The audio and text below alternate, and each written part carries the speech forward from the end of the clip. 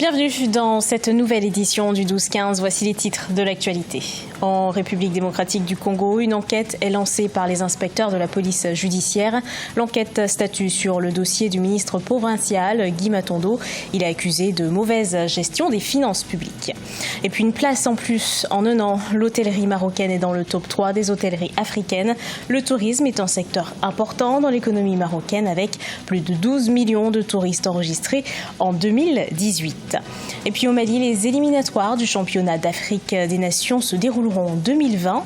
Cette compétition concerne les joueurs évoluant dans les championnats locaux.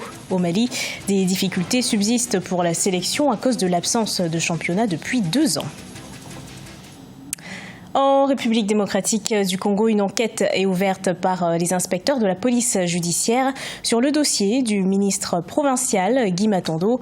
Il est accusé de mauvaise gestion et détournement de fonds publics. La disparition de 64 millions de dollars ont attiré l'attention de la nouvelle Assemblée. Reportage de notre correspondant Jacques Amboka, commenté par Ange Bijouno-Magno. Éclairer la lanterne de l'opinion sur la gestion de la ville de Kinshasa durant les 2 dernières mandatures, c'est la démarche que mène l'Assemblée provinciale de la capitale congolaise. Une ville surendettée dont les fonds estimés à plus de 60 millions de dollars contractés pendant la législature passée se sont volatilisés. Interpellé par l'Assemblée provinciale le 6 mai, le ministre des Finances de la ville, Guy Matondo, n'a pas convaincu les élus. Il est donc suspendu et un dossier judiciaire est en voie d'être ouvert à son encontre. Il est anormal que nous soyons dans une ville où seule la politique constitue les moyens d'enrichissement. C'est vrai que les autorités auront toujours suffisamment de moyens, mais nous ne permettrons à personne, tant que nous sommes là, de s'enrichir sur les dos de la ville de Kinshasa. C'est la deuxième personnalité parmi les autorités sortantes de la province dont le collimateur de la justice. Accusé de détournement des véhicules de l'Assemblée provinciale, Roger Nsigui, l'ex-président de cette institution, se retrouve sous les verrous depuis le mois de mars. Je suis de ceux qui pensent que pour changer la République démocratique du Congo, il y a 3 choses qu'il faut faire. 1. La discipline des dirigeants. 2. Le dur labeur de la population. Et 3. La bonne intelligence avec la communauté internationale. Il faut noter que la population et les observateurs n'ont cessé d'exprimer des inquiétudes sur la gestion de la ville durant les 10 dernières années. La corruption, l'impunité d'une part et le manque de contrôle sérieux par l'Assemblée provinciale sur l'exécutif d'autre part ont favorisé la mauvaise gestion de la capitale. Une médiation pour éviter une année blanche. Au Mali, une série de grèves menace le bon fonctionnement de l'éducation. Une rencontre a regroupé ce samedi 11 mai 2019 les acteurs et partenaires sociaux du système scolaire autour du Premier ministre Boubou Cissé en l'absence des enseignants. Reportage de notre correspondant Mokhtar Bari. L'école malienne connaît des soubresauts depuis le début de l'année scolaire 2018-2019. Conscient des risques qui planent sur le monde de l'éducation, le gouvernement en a fait sa priorité une semaine après sa nomination. Une rencontre devrait réunir les grévistes, le gouvernement, la société civile, les leaders coutumiers et les médiateurs de la République, avec pour objectif de réconcilier les acteurs. L'école est une question extrêmement importante pour déjà le président de la République. Il me l'a rappelé en tant que nouveau Premier ministre.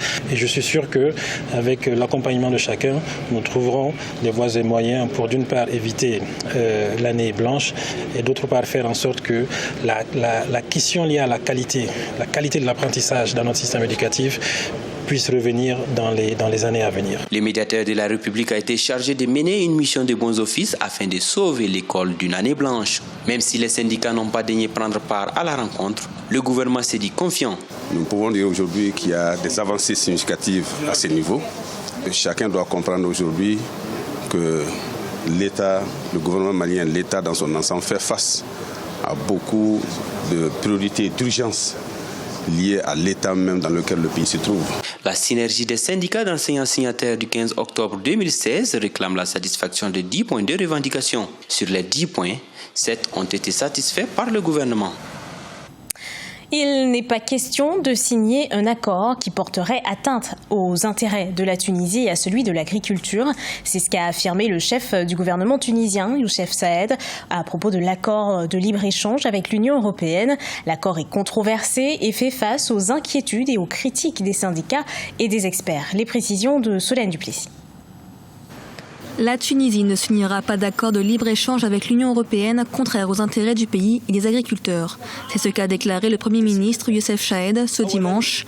En effet, les deux parties ont entamé depuis 2015 des négociations pour la mise en œuvre de l'ALECA, l'accord de libre-échange complet et approfondi, un accord qui prévoit une meilleure intégration de l'économie tunisienne dans l'espace économique européen, mais qui suscite des inquiétudes. Tout accord devra prendre en considération la différence de développement entre les deux parties et la progressivité et être accompagné par un ensemble de mesures pour l'agriculture et la pêche. Il faudra développer l'agriculture pour qu'elle atteigne un niveau lui permettant de faire face à la concurrence.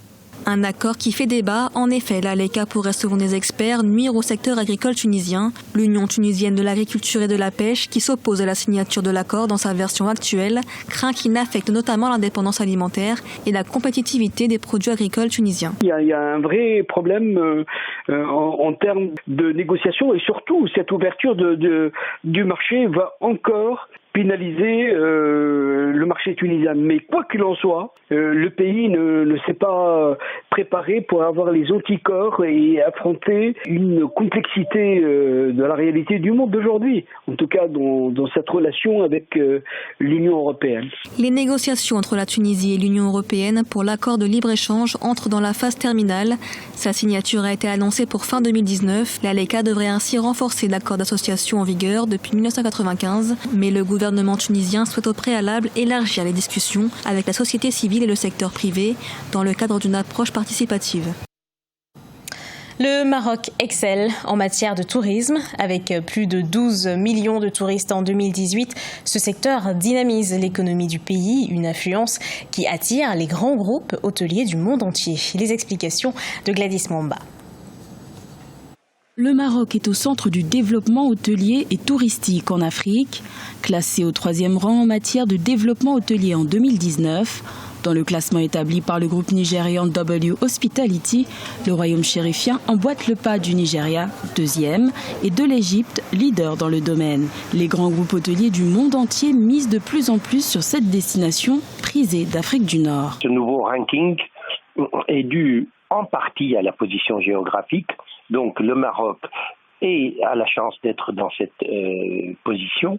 Il l'exploite très correctement et surtout le Maroc a quelque chose de plus que d'autres pays voisins tels que l'Algérie ou la Tunisie, c'est qu'au Maroc, la tradition d'accueil des touristes ou des visiteurs en général est très ancré. Plus de 12 millions de touristes ont visité le Maroc en 2018, soit 1 million de plus qu'en 2017.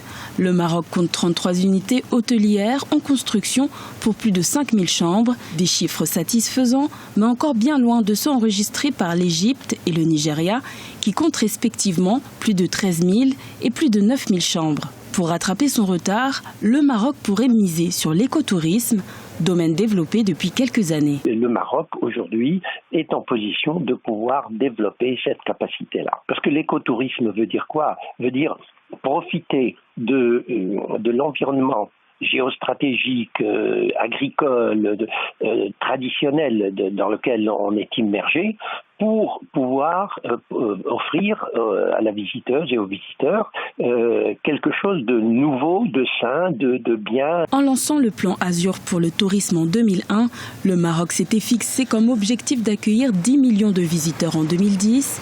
Dans sa vision 2020, le pays ambitionne d'atteindre le double. Le tourisme national couvre plus de 5% du PIB et génère environ un demi-million d'emplois. De nouveaux projets à implanter au Maroc devraient être discutés lors du forum de l'investissement hôtelier africain prévu en septembre 2019 dans la capitale éthiopienne, Addis Abeba.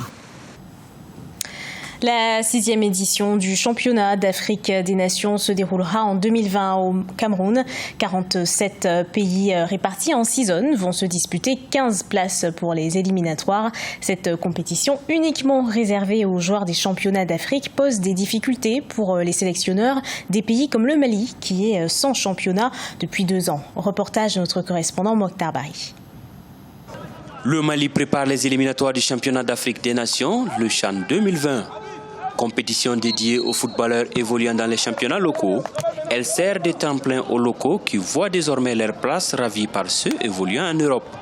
Au Mali, des difficultés subsistent pour la sélection des joueurs, faute de championnat il y a 2 ans. On est obligé aujourd'hui de faire avec.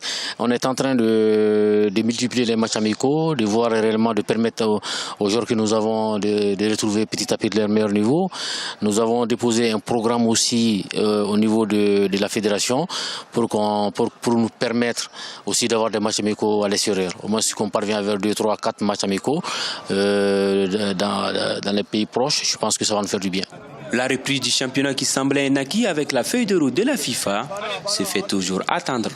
Aujourd'hui, joueurs et encadreurs voient parfois leurs rêves d'évoluer dans le haut niveau bloqués, faute de terrain d'entente entre les protagonistes de la crise. Vous savez, qu'on le dise ou qu'on ne le dise pas, on est persuadé que les acteurs de football, tout le monde est fatigué aujourd'hui par cette crise. Donc nous prions Dieu, nous prions les acteurs de football, nous prions surtout les dirigeants de football, réellement qui prennent conscience qu'ils trouvent la solution très vite. Le Mali qui doit affronter la Guinée-Bissau au premier tour multiplie des matchs amicaux avec des centres de formation, mais aussi avec les équipes ayant représenté le Mali dans les compétitions africaines de clubs. Ce journal a été préparé par l'ensemble de la rédaction. Merci à vous de l'avoir suivi. Retrouvez dans un instant une nouvelle édition d'actualité sur Africa 24.